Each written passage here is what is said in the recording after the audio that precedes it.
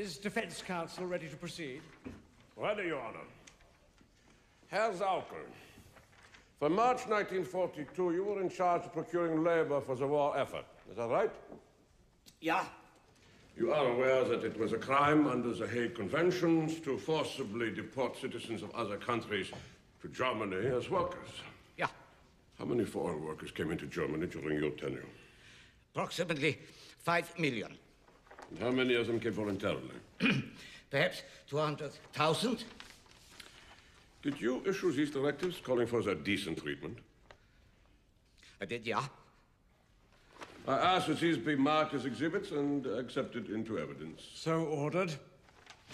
Herr Saukel, who ordered you to procure these workers? Speer.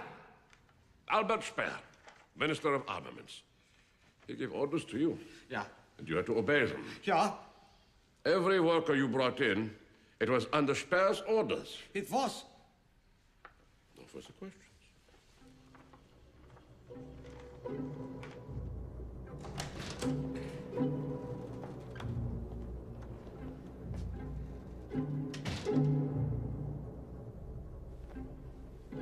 I know this is unorthodox, Mr. Dutt, to request an audience with you, the man assigned to cross-examine me.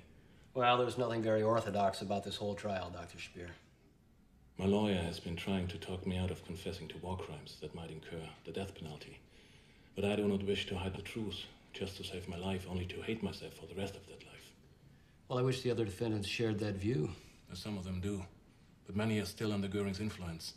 He's a chief rival for the souls of the other defendants, if I may put it so dramatically. Goering was cross-examined by the chief prosecutor, Justice Jackson, while I am to be questioned by you, a subordinate. This difference has been noticed by the other defendants. In their eyes, it puts me in an inferior status to Goering. That's a peculiar measure of status, Dr. Speer. Well, not to a German war criminal. I hope you don't have a problem with it. No. I got no ego riding on this. I'll present your request to my superior, Mr. Jackson. Dr. Speer, did you disapprove of Saukel's recruitment of labor? On the contrary, I was grateful to Saukel for every worker he provided. Whenever we failed to meet armament quotas because of shortage of workers, I would blame Saukel. Do you wish to limit your responsibility to your own particular sphere of work? No. This war has brought an inconceivable catastrophe. As an important member of the leadership of the Reich, I share in the total responsibility for the disaster of the German people. But Dr. Speer, near the end of the war, did you not refuse to carry out Hitler's order to raze Germany to the ground? I have no intention of using my actions during that phase of the war to help me in my personal defense. But I would like those who sit in judgment of me to understand that period. In March of 1945, Hitler intended deliberately to destroy the means of life for his own people if the war were lost. He said, let the Allies conquer nothing but ashes. But you resisted his wishes, sending him instead this memorandum. Could you read it to the court, please? Nobody has the right to destroy industrial plants, coal mines, electrical plants, and other facilities. We have no right to carry out destruction which might affect the life of the people. Signed, Speer. We have heard here that people were shot for disagreeing with Hitler. Is this true? That did happen. And yet, not only did you disagree with him, but early in 1945, you actually made a plan to assassinate Hitler.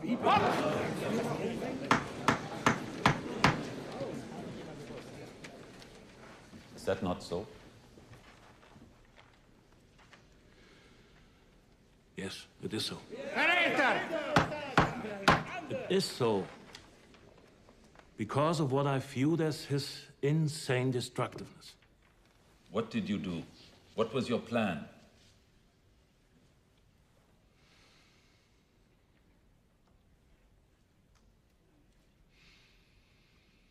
I knew of an air intake shaft in the Reich Chancellery Garden that ventilated the Führerbunker below.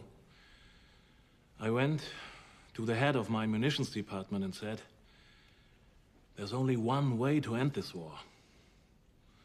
And asked him to get me a poison gas to drop into the ventilating system. But the next time I went there, they had built a 12-foot chimney protecting the ventilator. And SS guards were patrolling there, so it came to nothing.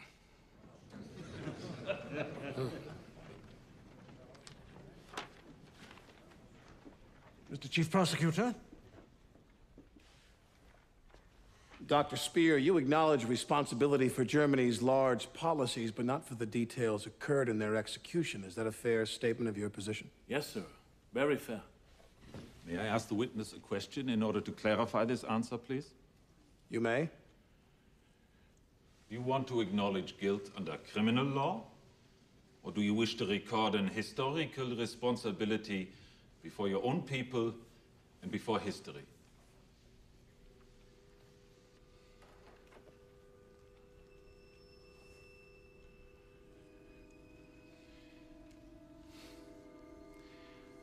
The question is a very difficult one to answer. It is actually one which the tribunal will decide, and its verdict.